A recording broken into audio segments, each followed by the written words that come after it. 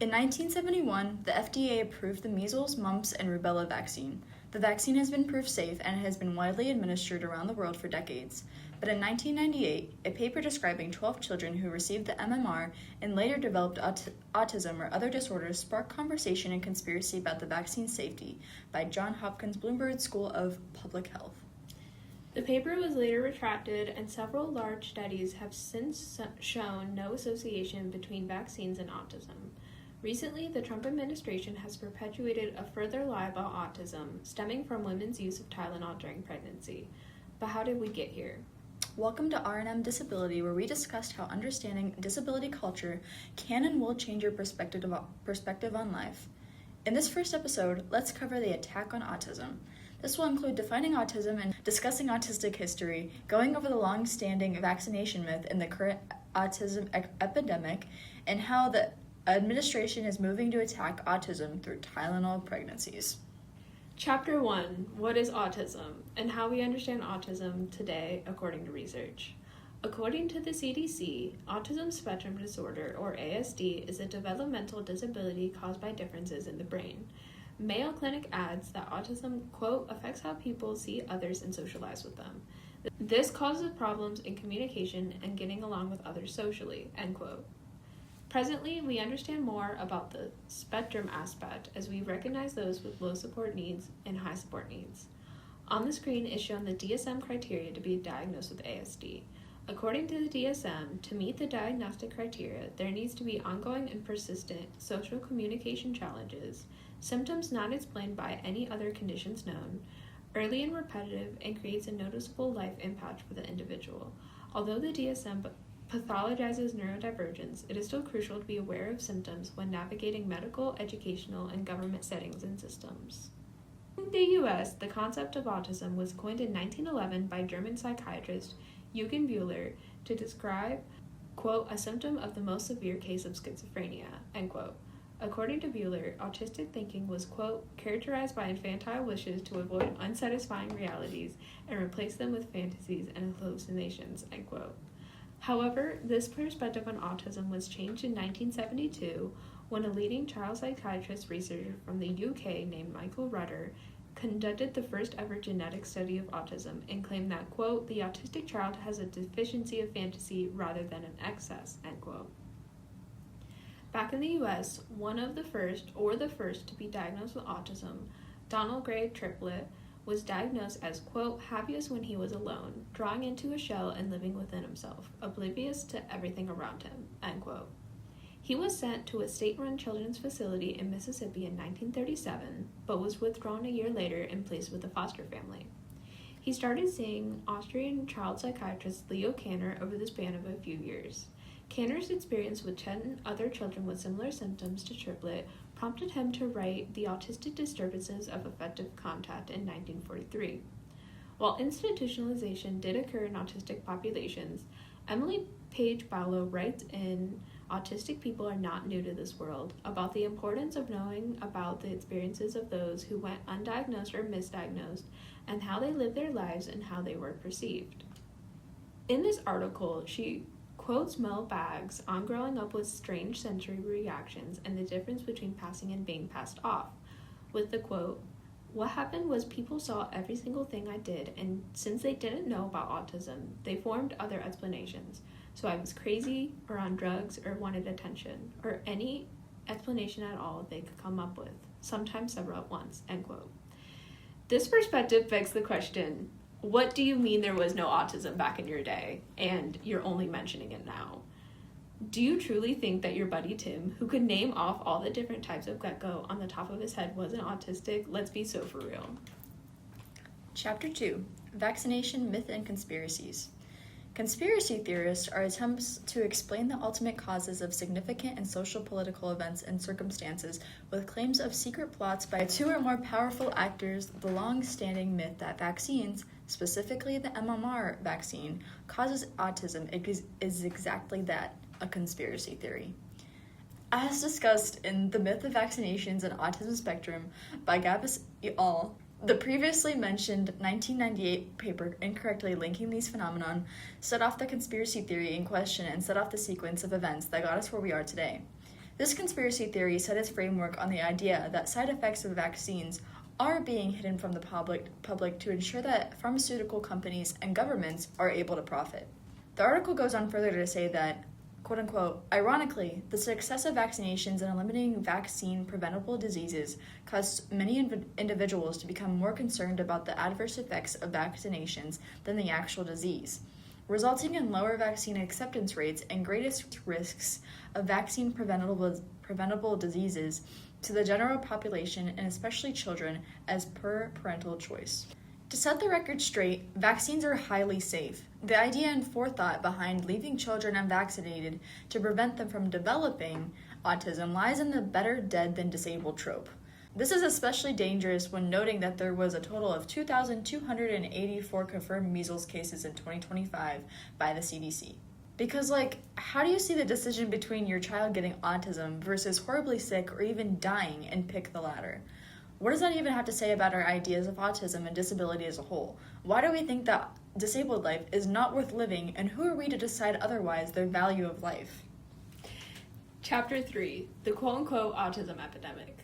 In an address to the U.S. Congress on March 4th, 2025, Donald Trump stated that, quote, not long ago, and you can't even believe these numbers, 1 in 10,000 children have autism, and now it's 1 in 36. There's something wrong, end quote. There's a lot to unpack in this statement, starting with the outright ableism in defining someone's existence as something that is quote-unquote wrong and needs to be fixed or eradicated. Colin Killick, the executive director of the Autistic Self-Advocacy Network, puts it best, quote, this administration seems to care a lot about autism as a supposed epidemic, but it does not seem to care much about autistic people, end quote. In reality, the quote-unquote autism epidemic can be disproven when looking at key facts of evidence. Number 1. For one, most of our knowledge on autism comes from research done with white and cis boys and men. Autism looks different on everyone, and not everyone with autism has the same set of symptoms or level of assistance and need, etc. In Is There an Autism Epidemic by Johns Hopkins Bloomberg School of Public Health, they describe this further. Quote, compared to 20 years ago, we're now seeing more children identified with autism who identify as Black, Asian, and Pacific Islander rather than white. We used to think primarily white boys were impacted by autism, but now we see it's all of us. Many of our communities have children with autism in them, and not just boys. Over 1% of girls are identified with autism, end quote. And number 2, as described throughout our whole episode today, the world's views and available knowledge on autism is and what it looks like has been evolving for the entirety of time. Not to mention, we only understand the concept of disability as something that is wrong or makes someone less than from a colonizer's perspective long ago. In Lieb Nary's piece on Native perspectives, quote-unquote, the pre-colonial Native Americans never formed a stringent definition of normality, and because of this, their culture is disability inclusive in comparison to the colonial culture that would eventually become dominant American culture. The idea that, and connecting autism to, being a supposed epidemic is a harmful ideology mainly seen in Western culture. In reality, our modern technologies and increased knowledge have led us to understand autism in a different way that is more inclusive and accurate to what autistic people actually experience. While RFK disagrees with this idea, he says that, quote, one of the things I think we need to move away from is this ideology that autism prevalence increases, the relentless increases, are simply artifacts of better diagnosis, better recognition, or changing diagnostic criteria, end quote.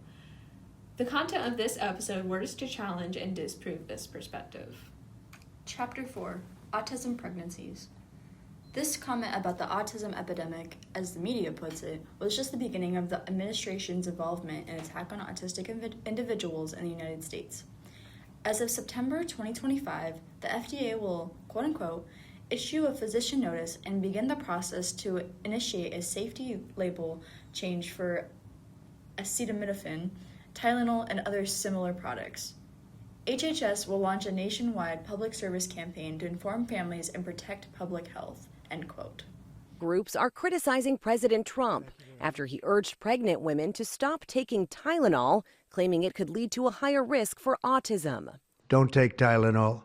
Don't take it. If you just can't, it's fight like hell not to take it. Trump claiming the active ingredient in Tylenol, acetaminophen, is tied to a rise in autism. This next interview with Zoe Gross demonstrates the points, ideas, and frustration with the situation that truly wraps this episode up and leaves nothing at the table. 20. Once again, here's the president.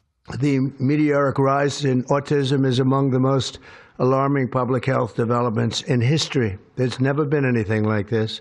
So we're going to save a lot of children from a tough life, really tough life. We're going to save a lot of parents from a tough life.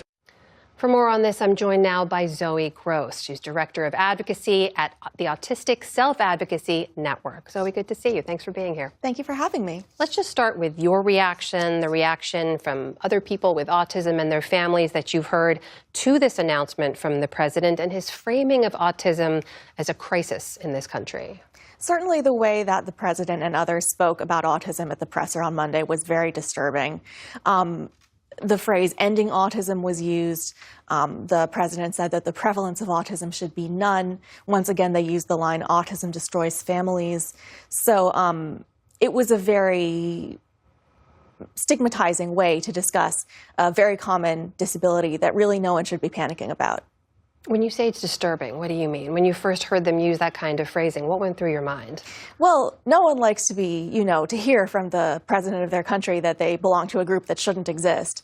But that's the implication of saying we need to end autism, that autistic people shouldn't exist in our society.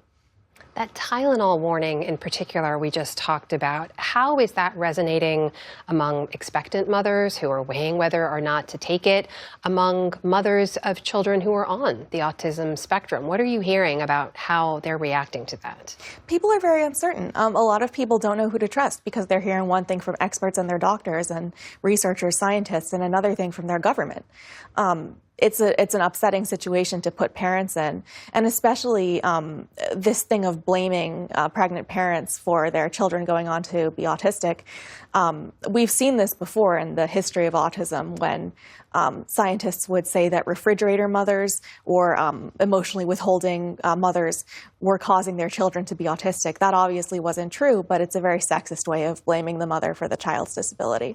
If you take a broader look here, is this whole renewed focus on research from this administration? They're pledging to invest $15 million to study the causes of autism, even the push we've seen from the FDA to bypass traditional processes and try to offer therapy options.